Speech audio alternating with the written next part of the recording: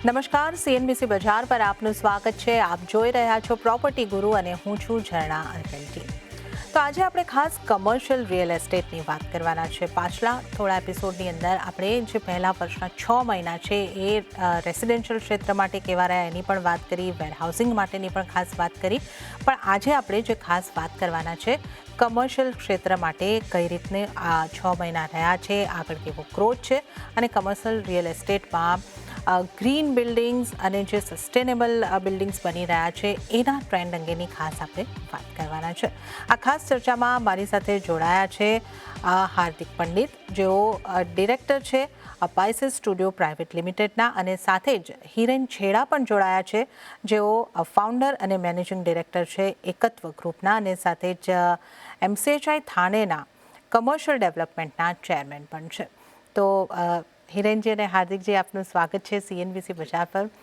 અને ખાસ કરીને જે રીતે અહીં આગળથી આપણે વાત કરી કે આ 6 મહિનાના રિપોર્ટ્સ આપણે આવતા જોયા, જે જુદા જુદા નંબર આવતા જોયા, રેસિડેન્શિયલનો ગ્રોથ જે છે એ થોડો અહીંયા આગળથી ઘટતો આપણને દેખાયો છે, પણ કમર્શિયલની અંદર એક ગ્રોથ વધતો દેખાયો છે. તો ખાસ કરીને સૌથી પહેલાં હાર્દિકજી, આપનો વ્યૂ કે કઈ રીતે તમે જોઈ રહ્યા છો આ જે 6 મહિના છે એમાં કમર્શિયલનો ગ્રોથ વધ્યો છે, તો કમર્શિયલને આ બૂસ્ટ મળવાના કયા કારણો છે અને કઈ રીતનો ગ્રોથ રહ્યો છે? હા, thank you for having me here. આજે આપણે જે દિશામાં આપણી ઇકોનોમી જઈ રહી છે અને જે મોદી સાહેબનું આપણું ડ્રીમ છે કે we should be the number 2 economy in the world, જે આજે 5 ટ્રિલિયન આપણે થવાના એક ઇઝ ગોઈંગ ટુ હેપન. થોડા ટાઈમમાં જ આપણે 5 ટ્રિલિયન ઇકોનોમી થવાની છે, and we are aiming for 15 trillion also by 2030 or so. તો એમાં શું છે, જ્યારે આપણે આ ઇકોનોમિક ગ્રોથ અચીવ કરવું છે એની માટે બિઝનેસીસ ગ્રો થવા બહુ જરૂરી છે. એના વગર તો આ ઇકોનોમી આ જીડીપી અચીવ થવાનું નથી. તો એની માટે કમર્શિયલ ડેવલપમેન્ટની જે રિક્વાયરમેન્ટ આવવાની છે ને એ આગલા 5, 10, 15 વર્ષોમાં આ ટ્રેન્ડ રહેવાનું જ છે. એન્ડ આ પ્રમાણે ગ્રોથ થશે તો જ આપણી આ ડ્રીમ જે છે to become second largest economy achieve થશે. તો એના વગર તો થવાની નથી. એટલે આ trend it is not just a trend, it is going to be a લાંબા સમય માટે આ રિક્વાયરમેન્ટ રહેવાની છે. ઓકે, તો કમર્શિયલ રિયલ એસ્ટેટની રિક્વાયરમેન્ટ જે છે એ આપણને લાંબા સમય માટે રહેતી દેખાઈ શકે છે, અને પાછલા 6 મહિનામાં છે અહીંયા આગળ આપણે ખૂબ સારો ગ્રોથ જોયો છે. હવે આપણે જે આગળ ચર્ચા કરવી છે, હિરેનજી, આપનો પણ ખાસ અહીંયા આગળથી વ્યૂ લેવો છે કે આ જે આપણે વાત કરી રહ્યા છે કમર્શિયલની અંદર એક સારો ગ્રોથ આપણને આ 6 મહિનાની અંદર આવતો દેખાયો છે. અને આપણે જોઈએ તો લગભગ ઇન્ડિયા 4થી લાર્જેસ્ટ ઓફિસ માર્કેટ દુનિયાની અંદર બનતી આપણને જોવા મળી રહી છે. તો તમે કઈ રીતે જોઈ રહ્યા છો કમર્શિયલ રિયલ એસ્ટેટના આ ગ્રોથને? કમર્શિયલ રિયલ એસ્ટેટ આમ જોઈએ તો થોડુંક ઓવરઓલ નિગ્લેક્ટેડ ડેવલપમેન્ટનું પાર્ટ હતું ઓલ ઓવર ઇન્ડિયા. બટ છેલ્લા જે 10-15 વર્ષથી જે રીતે ઇન્ડિયાની ઇકોનોમી વધી રહી છે, તો બધાની રિયલાઇઝ થયું છે કે સારા બિઝનેસીસની ગ્રોથ માટે એક કમર્શિયલ ડેવલપમેન્ટ કે સારી ઓફિસ સ્પેસની રિક્વાયરમેન્ટ 100% હોય છે. વર્લ્ડ વાઇડ બધા મોટા ફંડ્સને હોય છે યુઝ્યુઅલી જે લોકો ઇન્વેસ્ટ કરતા હોય છે મોટી કમર્શિયલ ડેવલપમેન્ટમાં. તો ઇન્ડિયામાં પણ એમાંથી ઘણા બધા ફંડ્સને આવ્યા અને એ લોકોને રિયલાઇઝ થયું કે અહીંયા પોટેન્શિયલ બિઝનેસીસના તો છે જ, અને એવા સેન્ટર્સ પણ ડેવલપ કરી શકીએ છીએ કે જ્યાં A+ ગ્રેડની ઓફિસીસની ને જે શોર્ટેજ છે એ અગર આપણે અહીંયાની કંપનીઝને એને ઓફર કરીએ તો પછી ઘણું ડિમાન્ડ નહીં બની શકે છે. તો એના હિસાબે ઘણા બિઝનેસીસે મોટી પોતાની કેપ્ટિવ ઓફિસીસ પણ બનાવી છે, અને ઘણા લોકો મોટા એવા બિઝનેસ પાર્ક્સની અંદર ઘણી બધી કંપનીઓએ લીધું છે. એ ટ્રેન્ડ પહેલાં જોવા મળ્યું હતું કે ખાલી એ લોકો જ લઈ રહ્યા હતા, પણ હવે લાસ્ટ 5 યર્સમાં અમે પણ કમર્શિયલ ડેવલપમેન્ટને કરીએ છીએ, વી હેવ સીન કે ઘણા પ્રોફેશનલ્સ, SMEs ને એ લોકો પણ જે પહેલાં ડરતા હતા કે સારી ઓફિસ સ્પેસની રિક્વાયરમેન્ટ એ લોકોને પોતાને પણ સમજ હતી નહીં કે આપણા બિઝનેસને ગ્રોથ કરવા માટે એવી સારી ઓફિસ બિલ્ડિંગ્સ કે એમાં આપણી ઓફિસીસની જરૂરત છે, એ લોકોએ રિયલાઇઝ કર્યું છે. અને લાસ્ટ 5-10 યર્સમાં એવી સ્મોલ મિડ સાઇઝની ઘણી બધી કંપનીઓની ડિમાન્ડ પણ ઇન્ડિયામાં બહુ સારા લેવલ ઉપર જોવા મળી રહી છે. જી, તો અહીંયાથી આ જ એમની જે વાત છે એને જ મારે આગળ વધારવી છે, કારણ કે આપની પાસે જે ડેવલપર્સ આપના ક્લાયન્ટ તરીકે આવતા હશે કમર્શિયલ રિયલ એસ્ટેટના આ પ્રોજેક્ટને માટે, તો ખાસ મારે એ જાણવું હતું કે જે એ ગ્રેડના કમર્શિયલ સ્પેસની ડિમાન્ડની આપણે એમને ઉલ્લેખ કર્યો, વાત કરી, એની સાથે સાથે ગ્રીન અને સસ્ટેનેબલ ઓફિસીસની ખાસી માંગ છે, સરકારનું પણ એ તરફ થોડું જોર છે. તો એકચ્યુઅલ કેટલી ડિમાન્ડ આ રીતની આવી રહી છે, કેટલા પ્રોજેક્ટ આ રીતના ડિઝાઇન થઈ રહ્યા છે, અને ગ્રીન કમર્શિયલ બિલ્ડિંગ કે સસ્ટેનેબલ કમર્શિયલ બિલ્ડિંગ એને તમે કઈ રીતે જોઈ રહ્યા છો? એ બહુ સારો પ્રશ્ન છે ને એ ગ્રીન બિલ્ડિંગ તરફ જવા પહેલાં મારું આજે એક વ્યૂ પોઈન્ટ છે જે તમારું કમર્શિયલ એ ગ્રેડ ડેવલપમેન્ટનું જે હિરેનભાઈએ બરોબર વાત કરી કે રિક્વાયરમેન્ટ આવે છે, તો એ રિક્વાયરમેન્ટ છે ને ખાલી ડેવલપર કાં કંપની તરફથી ખાલી નથી ડિમાન્ડ. આજની તારીખમાં તમે જુઓ ને તો જે લોકો જે જેનઝી વર્કફોર્સ છે એ લોકોને બી જે વર્ક એન્વાયરમેન્ટ જે એ લોકોને જોઈએ છે ને it is like very modern અને ટ્રેન્ડી. એ લોકોને ઓફિસ સ્પેસ જોઈએ છે. જો પહેલાં જે તમે જોતા હશો તો 15-20 વર્ષ પહેલાં કોઈ પણ SME ઓફિસીસ હોય એ લોકો નાની કાં તો પોતાના ઘરમાં જ ઓફિસ હોય કાં તો કોઈ નાની ઓફિસ લઈને એ લોકો ચલાવતા હતા. એ હવે એ ટ્રેન્ડ ચેન્જ થઈ રહ્યું છે બિકોઝ જે નવા જનરેશન આજે આવે છે એ લોકોને પણ એવું જોઈએ છે કે ઓફિસ સ્પેસ એક પ્રોપર હોવી જોઈએ જેને જ્યાં કામ કરવા માટે પણ એ લોકોને મજા આવે. એન્ડ સાથે સાથે જે ગ્રીન બિલ્ડિંગની આ જે રિક્વાયરમેન્ટ આવે છે એ જેમ કે હિરેનભાઈ બરાબર કીધું કે જે ફોરેનની બધી કંપનીઓ આજે આવે છે ઇન્ડિયામાં, કેમ કે એ લોકોને દેખાય છે કે જે કાઇન્ડ ઓફ જે ગ્રોથ આપણા ઇકોનોમીમાં છે એ એટલું વધારે છે અને જે લોંગ ટર્મ સસ્ટેન થવાનું છે. આપણી ગવર્મેન્ટની પોલિસીસ છે કાં જે ચાઇના +1 જે આઉટલુક છે બધા યુરોપનું કે US-નું, તો એના હિસાબે તમારું મેન્યુફેક્ચરિંગ સેક્ટર ગ્રો થશે, તમારું બાકી સર્વિસ સેક્ટર ગ્રો થશે. તો જેવું એ બધું ગ્રોથ આવશે તો એ લોકોને કમર્શિયલ સ્પેસ સિવાય તો એ લોકોનું ગ્રોથ થવાનું નથી. તો કમર્શિયલ સ્પેસની આજે એ હિસાબે ડિમાન્ડ બહુ છે અને એ લોકો જે ફોરેન કંપની જે આવે છે એ લોકોનું મેન્ડેટ હોય છે કે જે તમારી building has to be sustainable, એમાં ગ્રીન પેરામીટર્સ હોવા જોઈએ, તમારું સોલાર લાઇટિંગનું જે રિક્વાયરમેન્ટ છે, રેઇન વોટર હાર્વેસ્ટિંગનું રિક્વાયરમેન્ટ છે, એનર્જી એફિશિયન્સીની જે રિક્વાયરમેન્ટ છે, એન્ડ ઇવેન્ચ્યુઅલી એ જશે નેટ ઝીરો તરફ. That is the next goal. So હમણાં જે સસ્ટેનેબિલિટી આપણે અચીવ કરીએ the next step will be the net zero which is also long term vision.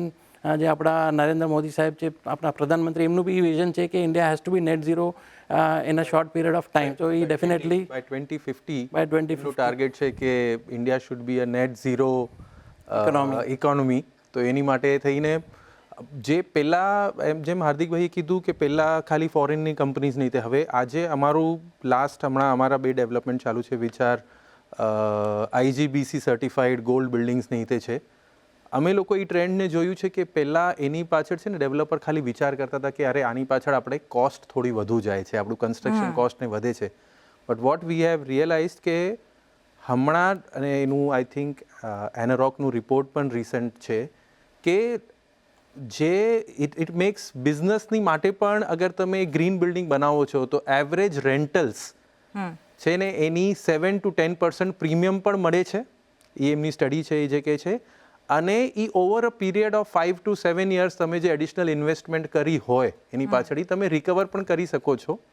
તો હવે જે પહેલાંનું કોસ્ટનું ફેક્ટર હતું ઇઝ નાવ દિવસો દિવસ એ રિડન્ડન્ટ થતું જાય છે ને તમને એવા એક ક્લાયન્ટેલ કે એવા ટાઈપની કંપનીઝ એઝ ટેનન્ટ કે એઝ ક્લાયન્ટ જોતા હોય તમારી બિલ્ડિંગમાં, તો એ હવે એક લક્ઝરી નહીં પણ એ એક નેસેસિટી ધીરે ધીરે બનતી જાય છે ગ્રીન બિલ્ડિંગ. ને આમાં હજી એક મારો પોઈન્ટ છે જે હિરેનભાઈએ સાચું કીધું કે આ ગ્રીન બિલ્ડિંગ કરવા માટે તમારું મે બી 2 to 3% એડિશનલ કોસ્ટ જતું હોય તો એ ડેફિનેટલી તમારું over the period of 4 to 5 years 7 years A recover થઈ જશે. બટ એ તમને એની માર ન પડે એની માટે ગવર્મેન્ટે પણ ઘણા બધા એવા ઇન્સેન્ટિવ આપ્યા છે કે આજે ઘણા બધા બાયલોઝમાં, ઇનફેક્ટ આજે મહારાષ્ટ્રના બાયલોઝમાં અને MIDCના બાયલોઝમાં અને even I think so all over India ગુજરાતના બાયલોઝમાં બધી ઠેકાણે આ ઇન્કોર્પોરેટેડ છે કે તમે green building certified green building બનાવો તો એમાં તમને એ લોકો થોડી ઘણી એડિશનલ FSI આપે છે, જેના લીધે તમારું એડિશનલ કોસ્ટ પણ ડે 1 પર જ કવર થઈ જાય છે. એટલે એ તમને એની પણ માર પડતી નથી. એન્ડ જેમ એઝ આઈ મેં પહેલાં કીધું કે ભાઈ બહારની કંપની આવે છે, હવે એ તો that was the first step. હવે આજની તારીખમાં ઇવન ઇન્ડિયન કંપનીઝ પણ આવે છે કે ભાઈ લોકોને જે ઇવન ડેવલપર્સ છે એ લોકોનો મેન્ડેટ હોય છે કે તે બિલ્ડિંગમાં આપણને એનર્જી અને સસ્ટેનેબિલિટીનું ધ્યાન રાખીને એ પ્રમાણે બનાવીએ, ગ્રીન સર્ટિફાઈડ બિલ્ડિંગ બનાવીએ. બિકોઝ જે નવા લોકો આવે છે, જે આપણે હમણાંની જનરેશન છે, એ લોકોનો અવેરનેસ બહુ વધારે છે ક્લાઇમેટ તરફ. તો they are conscious about it, અને એ લોકોને પણ એવી બિલ્ડિંગો જોઈએ છે જેમાં it is a green certified building. So it is the demand જે એન્ડ યુઝર તરફથી આવે છે, એટલે એવરીબડી ઇઝ ગોઈંગ. આજે ઇન એન્ડ અરાઉન્ડ મુંબઈ અમારો more than 10 million square feet of project ડિઝાઇનિંગમાં છે આજની સ્ટેજમાં. એમાંથી more than 80 to 90% projects we are designing are green building. So any requirement is it's a very big requirement today. Okay, તો 80 to 90% commercial building જે design થઈ રહ્યા છે એમને માટે એ ગ્રીન બિલ્ડિંગ થઈ રહ્યા છે. એટલે આ ખાસી ઝડપથી આપણે જે પ્રધાનમંત્રીની જે ઈચ્છા છે કે જે દેશની જરૂર છે એની તરફ આગળ વધી રહ્યા છે. આ ગ્રીન બિલ્ડિંગ અને સસ્ટેનેબલ બિલ્ડિંગની આપણે અહીં આગળથી ખાસ વાત કરી રહ્યા છે. હાર્દિકભાઈ, હજી એક મારો પ્રશ્ન એ હતો કે નવી ટેકનોલોજીનો ઉપયોગ પણ વધી રહ્યો છે. તો આ નવી ટેકનોલોજી પણ આની સાથે હાથમાં હાથ મળાવીને કામ કરશે. કન્સ્ટ્રક્શન લેવલ ઉપર અહીંયા આગળથી ચેન્જ આવશે કે નવી ટેકનોલોજી સસ્ટેનેબલ માં પણ એક મદદ કરી શકે, કે કઈ રીતે તમે જોઈ રહ્યા છો? યસ, આ બહુ ઇમ્પોર્ટન્ટ પોઈન્ટ છે. જે સસ્ટેનેબિલિટી માટે ઇટ ઇઝ અચીવ કરવા માટે બહુ સારું ટેકનોલોજીને બધી આજે અવેલેબલ છે, જે સમજો ને આજથી 10, 15, 20 વર્ષ પહેલાં અવેલેબલ નહોતી. તો આજે અમે એ પ્રમાણે ઇવન કન્સ્ટ્રક્શન લેવલ પર જ અમે એ પ્રમાણે એનું ટેકનોલોજીસ યુઝ કરવાનો પ્રયાસ કરીએ છીએ કે તમારું sustainability in terms of energy કન્ઝમ્પશનનું યુઝ ઓછું થઈ જાય, વોટર કન્ઝમ્પશનનું યુઝ ઓછું થઈ જાય. તમે જો તો કન્સ્ટ્રક્શનમાં જે તમારું વોટર કન્ઝમ્પશન છે, વિચ ઇઝ જે તમારું ક્યુરિંગ, કોન્ક્રીટની ક્યુરિંગ માટે લાગે છે, ઇટ ઇઝ વેરી હાઈ. સો અને ઇવન એમાં ટાઈમ કન્ઝમ્પશન બહુ વધારે હોય છે, જેના લીધે તમારું એનર્જી કન્ઝમ્પશન બહુ વધારે થાય. સો અમે હવે એ પ્રમાણે બિલ્ડિંગ ડિઝાઇન કરીએ છીએ કે આપણે પ્રીફેબ કન્સ્ટ્રક્શન કરીને we can make even RCC buildings. આજે આરસીસી પ્રીફેબ કન્સ્ટ્રક્શન થાય છે. It can go to any height may be 50, 100 meters, 150 meters પણ થઈ શકે છે. અને એના લીધે જે એ લોકો ફેક્ટરી મેડ બિલ્ડિંગ્સ હોય છે, એ ખાલી આવીને તમારે સાઇટ ઉપર એસેમ્બલ થાય. એના હિસાબે જે તમારું વોટર કન્ઝમ્પશનનું કટડાઉન મોર દેન 60 to 70% કટડાઉન થઈ જાય છે વોટર કન્ઝમ્પશન. અને similarly the electrical consumption also, energy consumption પણ. એટલે એ નવી નવી ટેકનોલોજી જે આવે છે એના હિસાબે પણ આપણું જે નેટ ઝીરો તરફનું જે આજે આપણે મૂવ થઈ રહ્યા છીએ એ બહુ ફાસ્ટ અચીવ થઈ જશે. જી, અને આમની જ વાતને થોડીક આગળ વધારવી છે હિરણભાઈ, કે જે એમણે વાત કરી નવી ટેકનોલોજીનો ઉપયોગ હવે થઈ શકે છે અને એ જગ્યા ઉપર આપણે બિલ્ડિંગને એસેમ્બલ કરી શકીએ એ રીતની એટલી આગળની ટેકનોલોજી પર આપણે પહોંચી ગયા છે. વોટર કન્ઝર્વેશનનું એમણે એક ઉદાહરણ આપ્યું. બીજું એવું કંઈક થઈ શકે ને? મુખ્ય મારો પ્રશ્ન જે હતો કે આમાં જે કન્સ્ટ્રક્શન કોસ્ટ છે ડેવલપર માટે એ વધી જતી હોય છે, જે આપણે આગળના પ્રશ્નમાં પણ થોડી વાત કરી કે એને અમુક કવર પણ થતી હોય છે ને અમુક ઇન્સેન્ટિવ સરકાર તરફથી પણ હોય છે, પણ એ સસ્ટેનેબલ આપણે વાત કરી હતી જે ગ્રીનને માટે, તો સસ્ટેનેબલ માટેને કારણે કોસ્ટ કેટલી વધે છે અને એની રિકવરી કેવી રીતે થઈ શકે? અબાઉટ સમજી લો ને કે અગર સમજો પ્રી ફેબ્રિકેટેડ જે હાર્દિકભાઈએ વાત કરી એ સ્ટ્રક્ચરને બનાવવા જઈએ તો એટલીસ્ટ 5 to 10% કન્સ્ટ્રક્શન કોસ્ટ વધે છે. બટ કારણ કે હમણાં એ ટેકનોલોજી હજી ઇન્ડિયામાં ઓછી યુઝ થઈ રહી છે, બટ ગ્રેજ્યુઅલી એનું કોસ્ટ પણ આઈ થિંક એટ પાર કમ્પેર ટુ જે સ્ટેન્ડર્ડ બ્રિક એન્ડ મોર્ટર એટલે જે કોન્ક્રીટની બિલ્ડિંગ્સની લેવલમાં આવી જશે એવો અંદાજો છે. અને મોસ્ટ ઇમ્પોર્ટન્ટલી ત્યાં સેવિંગ થઈ શકે છે ટાઈમનું.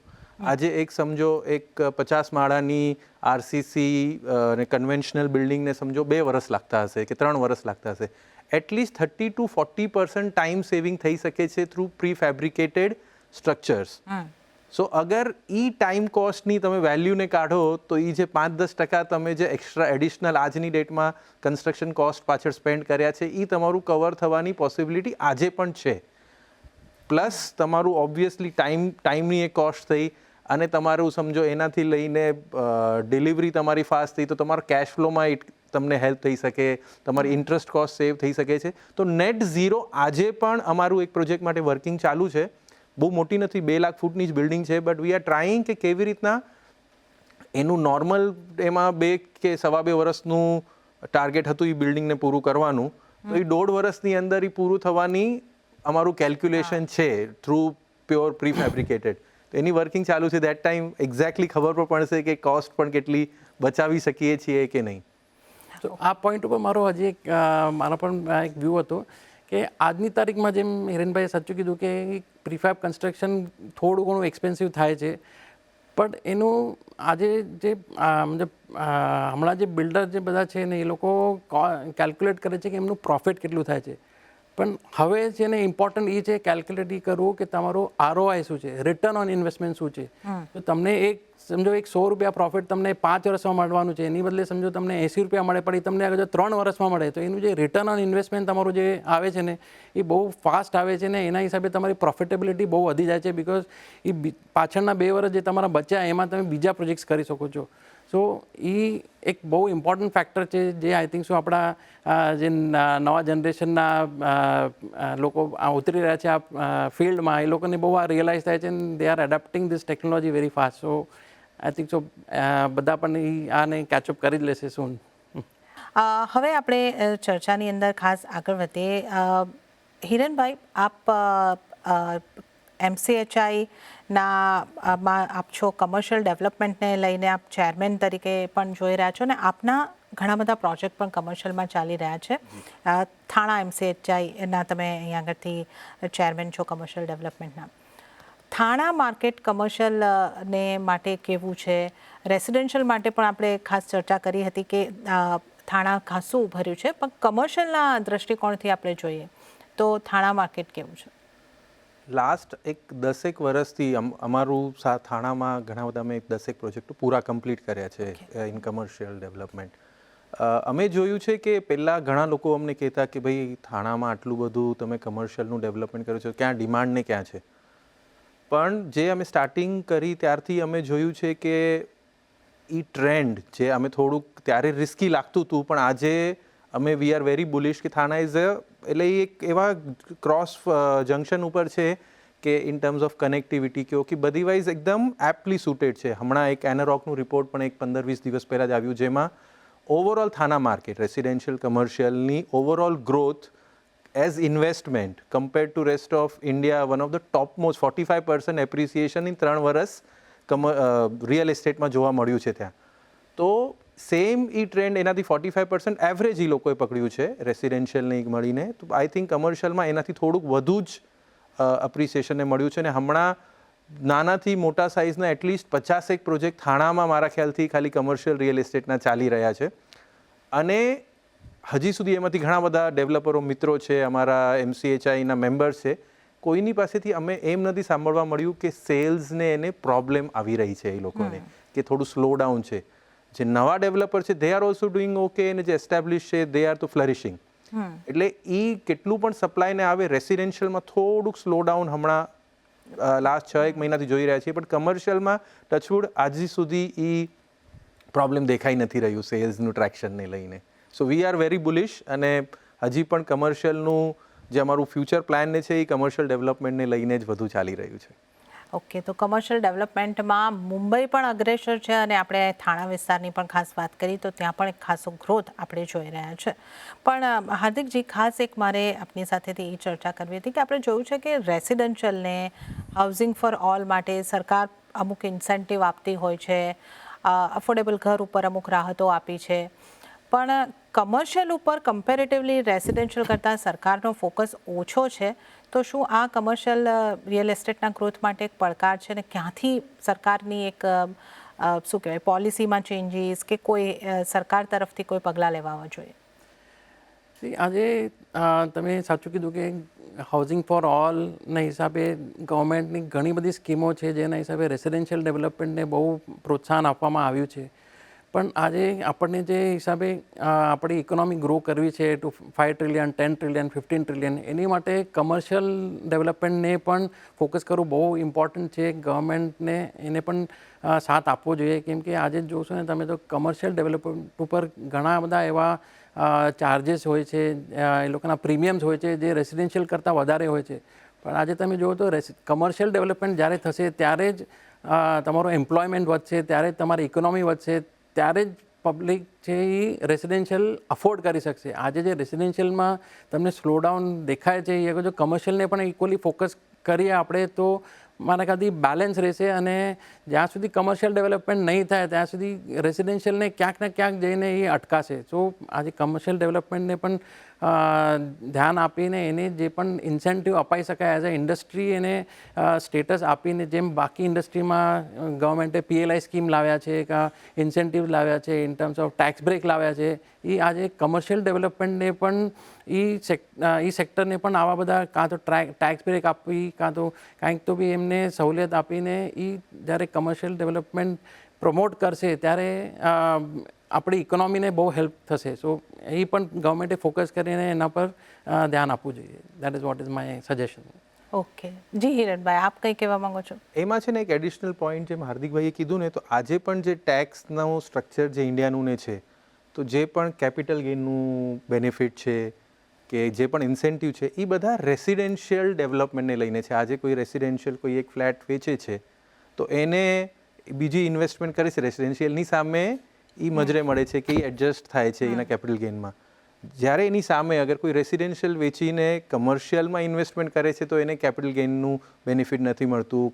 કે કમર્શિયલ પ્રોપર્ટી વેચે છે તો એની સામે બીજું કમર્શિયલમાં ઇન્વેસ્ટમેન્ટ કરવું, એને પણ એ કેપિટલ ગેઇનમાં એડજસ્ટમેન્ટ તરીકે નથી કાઉન્ટ થતું. એનું કોઈ કારણ હજી સુધી અમને સમજમાં નથી આવ્યું. બટ અગર એઝ અ એસેટ ક્લાસ છે રિયલ એસ્ટેટ જ, તો એને સેમ લેવલ ઉપર જ્યારે ગવર્મેન્ટ વિચાર કરશે કે ભાઈ એક છે એસેટ જ, તો એ સેમ એડજસ્ટમેન્ટ કે સેમ ટ્રીટમેન્ટ જે રેસિડેન્શિયલને મળી રહી છે એ કમર્શિયલને મળશે, તો એના એ સેક્ટરમાં ઇન્વેસ્ટમેન્ટ પણ વધશે અને ડેવલપમેન્ટ પણ હજી વધુ થશે, એ મારી માન્યતા છે. ઓકે, તો જે રેસિડેન્શિયલમાં અહીંયા કેપિટલ ગેઇનનો લાભ મળે છે, એક ઘર વેચીને તમે બીજું ઘર લો છો તો કેપિટલ ગેઇન પર લાભ મળે છે, આવો એક કમર્શિયલને પણ મળવો જોઈએ. આ એક અહીંયા આગળથી રજૂઆત છે અને આપણે ચોક્કસ આશા રાખીએ કે સરકાર આના ઉપર પણ ધ્યાન આપશે. પણ આજના એપિસોડ માટે આપણી ચર્ચામાં હાલ પૂરતું આટલું જ. હિરણભાઈ, આભાર આપનો. હાર્દિકભાઈ, આભાર આપનો અમારી સાથે આ કાર્યક્રમમાં સ્ટુડિયોમાં આવીને જોડાવા બદલ. ત્યારે જ આપણે કમર્શિયલ રિયલ એસ્ટેટની ખાસ અહીંયા આગળથી ચર્ચા કરી. આવનારા એપિસોડમાં પણ આ અંગે થોડી વધારે ચર્ચા કરીશું, પરંતુ આ એપિસોડમાં હાલ પૂરતું આટલું જ. પરંતુ આપની રજા લેતા પહેલાં આપને ફરી એક વખત યાદ કરાવી દઉં કે આપના રિયલ એસ્ટેટને લગતા કોઈ પણ સવાલ હોય અમને લખી મોકલો. અમારું ઈમેલ એડ્રેસ છે propertyguru@nw18.com. સાથે હાલ મને પણ આપશો રજા. વધુ અપડેટ અને સમાચારો માટે આપ જોતા રહો CNBC બજાર. નમસ્કાર.